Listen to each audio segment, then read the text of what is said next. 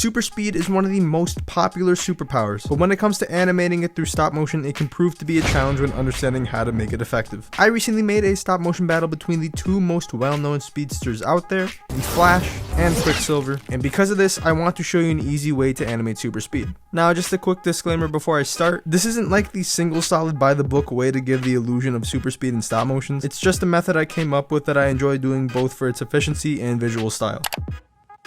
So before you animate super speed in a regular environment, you might want to imagine the character running at a regular pace. Pretty simple. When making super speed, you don't want to let the animation be too smooth since that wouldn't look as fast. To me, their movements need to be kind of choppy while moving the subject over more than you normally would. Basically skipping frames from a regular running animation.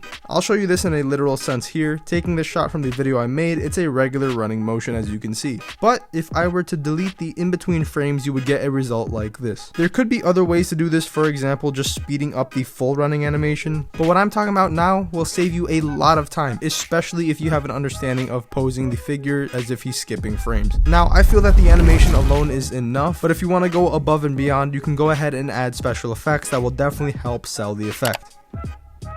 When it comes to the Flash's super speed, you normally associate it with lightning and sparks as he runs. So if you have the ability to use green screen assets online, go ahead and use those, comp those into your video. But in my case, I did it differently. I have these Bandai electric effects both in yellow and blue. So what I did for this video was put it over a colored background for composition and animated them moving around in a similar staggered pattern as what I showed you before with the figure. And honestly, I like to go for a blurriness in some of the frames because it really helps sell the effect of literal lightning fast movement. Now, taking those shots of the effect you made, putting them over the running animation, and scattering them around as the clip goes really gives a good final product in my opinion. Like I said, you could always use green screen assets you find online, but personally I like the style that comes out of this method, and it also gives me a complete amount of customization and control of where and how the electricity is placed. Another special effect you can do is put a quick flash of white or any color of your choice fitting to the character for the effect of light emitting from the electricity. Now, something I used to do in my old CW versus DCEU Flash stop motion was to change the camera settings so that the image itself became brighter. Honestly, I did like that in-camera effect more than the digital one I did for this video, but when I tried it with this new iPad and all these stop motion updates that this app went through, it just didn't feel the same. Anyways, if you want to put all that together in post-production, you would get an effect similar to what I had in my video. Just be mindful of the kind of shot you'd like to do. If it's the type where it's following the speed of the character, you might want to do a full running animation with slightly slower lightning around them, and to really sell it, you can find some quick moving background like I did. It doesn't have to be like this specifically, but as long as it's whizzing past, it'll give the effect. But if you want to just have them whiz past the camera in regular time, then just use the methods I talked about in this video. Long story short, it's just dependent on what you need. If you like the style I had, go ahead and try it for yourself, but if you don't, there are many other options to choose from when creating this effect. It's all up to you, what you have, and what you're into. So if you found the process interesting or just want more videos like this, please like, comment, subscribe if you have done already, and I will see you guys in the next video.